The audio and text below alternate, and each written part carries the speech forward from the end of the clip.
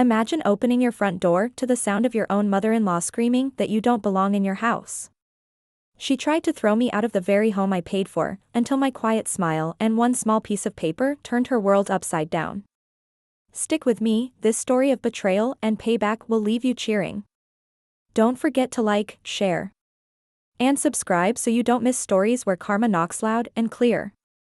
I never thought a quiet evening in my own kitchen would become the opening scene of a storm that would test every part of me. I'm Leona, 29, an architect who spent years hunched over blueprints and coffee stain tables just to afford this townhouse. Every corner of it, every beam, every bit of light filtering through the tall windows, feels like a piece of my heartbeat. I bought it with late nights, freelance jobs, and the kind of grit people underestimate until they see the deed signed in your name.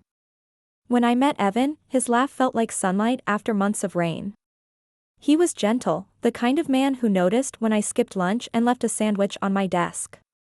We fit together like bricks and mortar, steady and warm. I thought we were building something unshakable. But from the start, there was a shadow standing just behind him, his mother, Marilyn. Marilyn has a way of smiling while sharpening every word. The first time she stepped into my home, she ran a polished nail across my countertop and said, "It's cozy. I suppose it'll do until you two find a real place." I laughed it off, but the way her eyes lingered on the walls made me feel as if she were appraising something she already owned. Little comments piled up: how a woman shouldn't work so much, how Evan deserved a bigger house with family roots. Evan brushed it aside, but each visit left a faint crack in the calm we shared. I told myself love was stronger than interference, that we could stand together. But deep down, a quiet warning hummed: Marilyn didn't just want influence, she wanted control. And control, I would soon learn, was something I could never let her have. The weeks that followed were a slow tightening of strings I hadn't realized were being pulled. Marilyn's visits became more frequent, always just dropping by, always with that faint scent of expensive perfume that seemed to announce judgment before she even spoke. She'd walk through the door as if she were inspecting an investment, her eyes scanning the living room like she was searching for proof I wasn't good enough. At first, it was little digs, dressed as casual conversation. "Leona, don't you think these colors are a bit modern?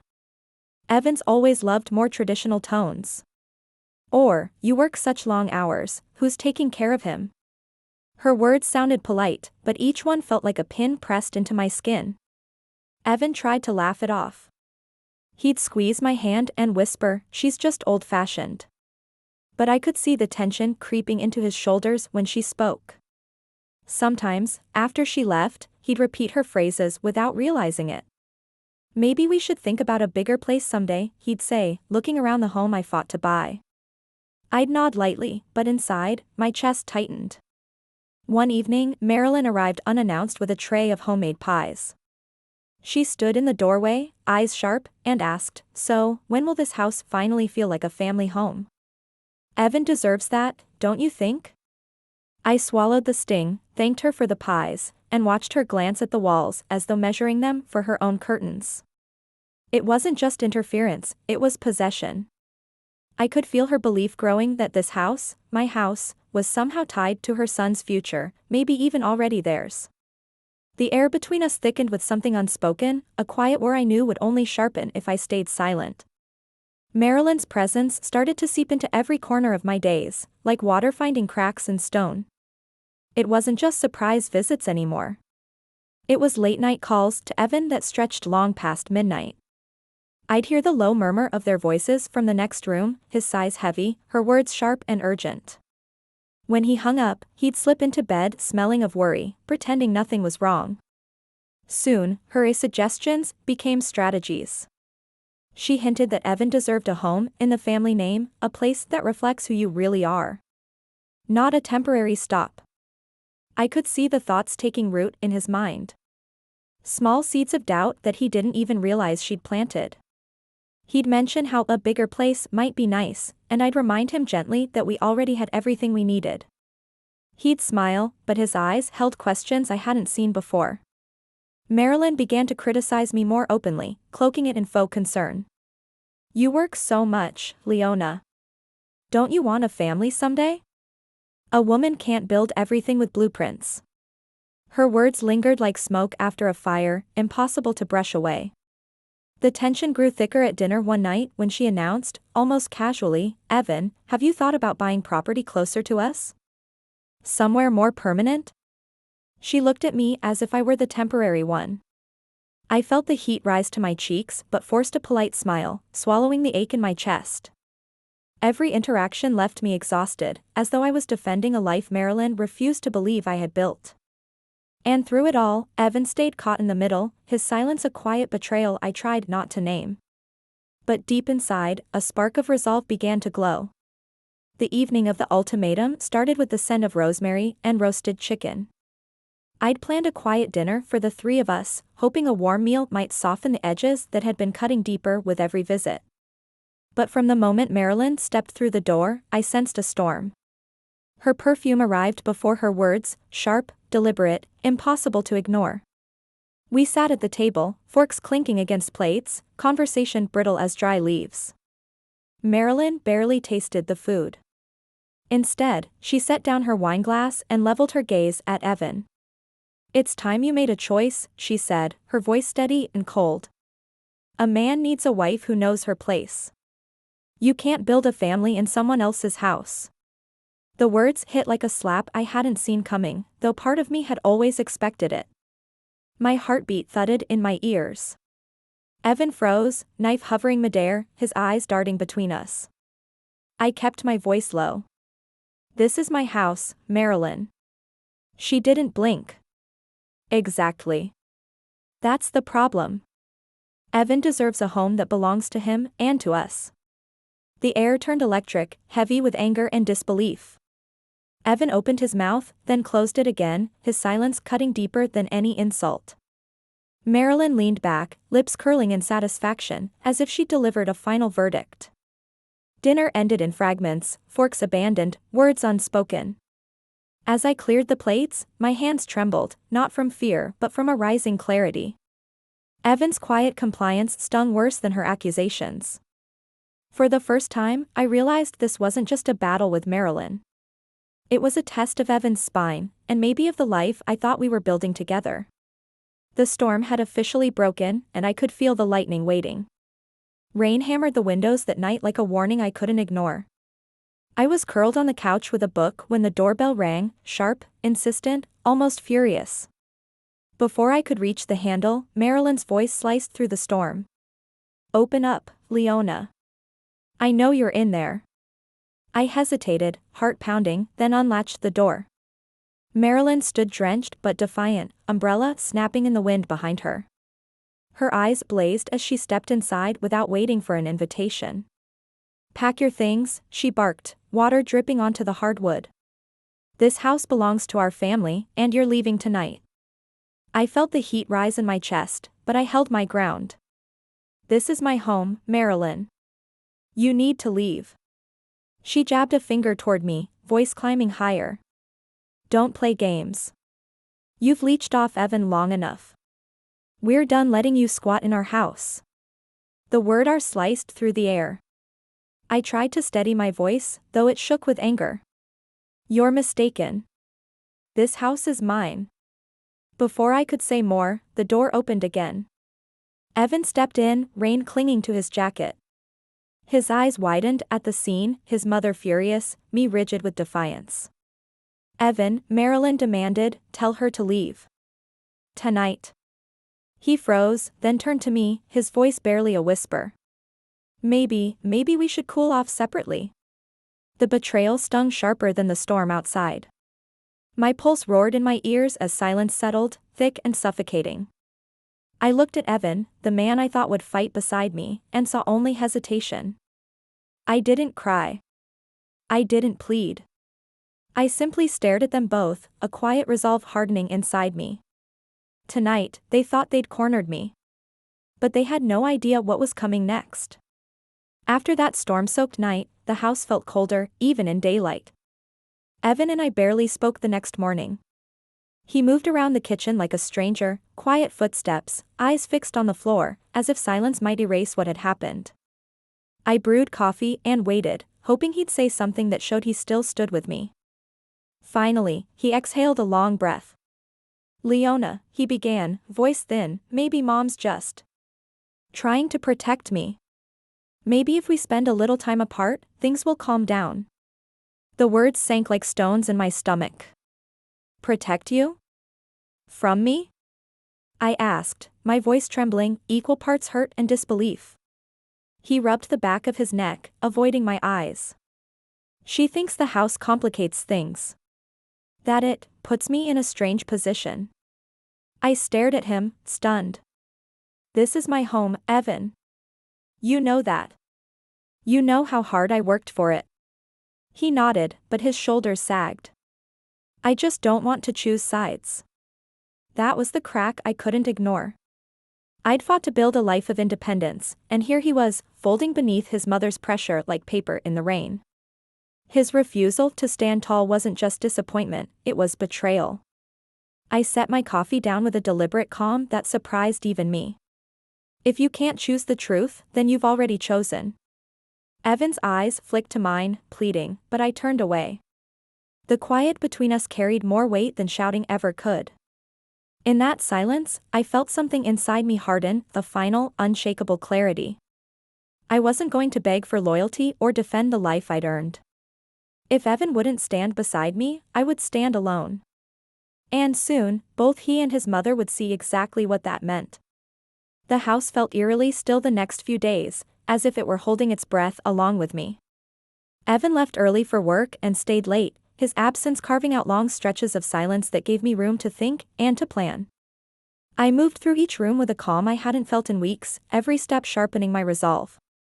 I began by gathering the papers that proved everything, the purchase agreement, the mortgage documents, the deed stamped with my name alone. Each sheet was a quiet weapon, a testament to the years I'd spent designing, saving, and sacrificing for this home. I slipped them into a slim leather folder and placed it in the top drawer of my desk. Just knowing it was there steadied my pulse. I didn't announce anything to Evan. There were no raised voices, no late-night arguments. Instead, I let the silence stretch, letting him wonder where my mind had gone. When he asked if I wanted to talk, I simply smiled and said, "Not yet." That unsettled him more than any accusation ever could. At night, I sat at my drafting table, sketching new projects while the rain tapped the windows. Each line I drew felt like reclaiming a piece of myself. This house wasn't just a structure of wood and stone, it was proof of every choice I'd made to stand on my own. By the third evening, the plan was set. I would wait. Let Marilyn believe her storm had driven me into submission. Let Evan stew in uncertainty. And when the moment came, I'd reveal the truth not with anger, but with undeniable fact. The power wasn't in shouting, it was in patience. And soon, they would both discover just how sharp quiet revenge can be. The morning of the reveal dawned bright and deceptively peaceful, sunlight streaming across the hardwood as if the house itself was ready for its truth to be spoken. I brewed coffee, steady and deliberate, every motion a quiet declaration that I belonged exactly where I stood. The doorbell rang, once, twice, an impatient rhythm. When I opened it, Marilyn swept in like she owned the air itself, flanked by two of her sisters. Their eyes flicked around the living room, assessing, claiming. Evan trailed behind them, shoulders tense, gaze darting nervously toward me. Marilyn didn't bother with greetings. "We've talked it over," she announced, voice crisp as a snapped branch. "It's time you moved out. This home should stay in our family, not with someone passing through." I set my coffee down with care and met her stare. "Is that so?" "Yes," she said, chin lifting. "Evan deserves a proper house, one that belongs to him, not to some arrangement." I reached calmly for the slim leather folder I placed on the coffee table. The sound of the clasp opening seemed to echo in the room. I laid the deed in front of her, the official seal catching a shaft of sunlight. "This," I said, my voice low but unshakable, "is the only name on this property. Mine. I bought it, I designed it, and I pay every bill." The silence that followed was delicious. Marilyn's face drained of color, her sisters shifting awkwardly. Evan blinked, as if the letters on the page were rewriting his entire understanding of us. Marilyn tried to speak, some half-formed protest, but nothing came out. I simply smiled, the quiet satisfaction of hard-earned truth filling the room. For once, there was no shouting, no accusations. Just the simple, undeniable fact, the home she tried to claim had never belonged to anyone but me. The silence after my reveal stretched like a drawn bowstring. Marilyn's lips moved without sound, her confidence collapsing in slow motion. Her sisters shifted on their feet, eyes darting anywhere but the deed lying between us. Evan stood frozen, shoulders slumped, as if the floor beneath him had tilted. I didn't raise my voice. I didn't need to. This house has always been mine, I said softly. You've been a guest here, Marilyn. Nothing more. A flicker of defiance sparked in her eyes, but it fizzled just as quickly. Well, there must be some misunderstanding, she muttered, each word smaller than the last. No misunderstanding, I replied, sliding the folder closed with a gentle snap that felt louder than a shout. From now on, visits happen only when invited. And today isn't one of those days.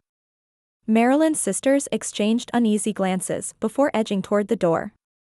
Marilyn followed, her once impeccable posture sagging. At the threshold, she paused as if to salvage her dignity, but all she managed was a stiff nod before stepping into the sunlight. When the door shut, the house exhaled with me. Evan turned to speak, but I held up a hand. Not yet, I said. The hurt in his eyes was real, but so was my need for distance. He nodded slowly, understanding without argument that trust wouldn't be patched with a single apology. 4 days after, the quiet felt different, lighter, steadier. Marilyn sent a carefully worded note of regret, as though a few sentences could erase weeks of invasion. I accepted the message but not the drama. The house, my house, felt like itself again, warm, grounded, entirely mine. The power had never been in shouting or winning an argument. It had always been in standing my ground and letting the truth speak for me. Weeks passed, and the air inside my home felt different, lighter, as if the walls themselves had shed a heavy coat of tension. I spent mornings with sunlight spilling across the hardwood, coffee warming my hands, finally breathing without the weight of someone else's judgment pressing in. The silence that once felt sharp now hummed with peace. Evan returned one evening with eyes that carried both apology and exhaustion. He didn't bring flowers or grand speeches, just a quiet honesty I hadn't heard in months. I was wrong, he said simply. I let her control too much. I should have stood with you. I listened, the ache of betrayal still faint but no longer raw. It isn't about choosing me over her, I replied. It's about choosing your own voice. Something in him shifted. He spoke of therapy, of boundaries he'd begun to set, conversations with Marilyn where he finally said no. It wasn't a dramatic reconciliation, but a slow, deliberate rebuilding. I agreed to try again, not because I needed him, but because I wanted a partner who could grow beside me. In the meantime, I reclaimed my space in small but powerful ways. I turned the spare room into a studio, a sanctuary of sketches and color where ideas flowed like quiet triumphs. Every brushstroke on the walls reminded me of the strength that had carried me here, independence not built on anger, but on certainty. When Marilyn eventually sent a careful note of apology, I accepted it without invitation. Forgiveness didn't mean forgetting, it meant refusing to let her actions define my home or my heart. Standing in the doorway one golden afternoon, I realized this house was more than wood and stone. It was proof that I could stand alone, and when necessary, stand firm enough for two. Owning this home taught me more than blueprints or budgets ever could, it taught me the value of standing unshaken in my own truth. Marilyn's attempts to rewrite my life ended the moment I refused to surrender what I built with my own hands. The real victory wasn't proving her wrong. It was proving to myself that my worth never depended on anyone's approval, not even the man I loved. If you've ever faced someone who tried to erase your hard work or question your place, remember, strength isn't always loud. Sometimes it's a calm voice, a signed deed, and a door you close with quiet certainty. Thank you for sharing this journey with me. If this story of karma and courage moved you, please like, share, and subscribe, because everyone deserves a reminder that what you build with heart can never be taken away.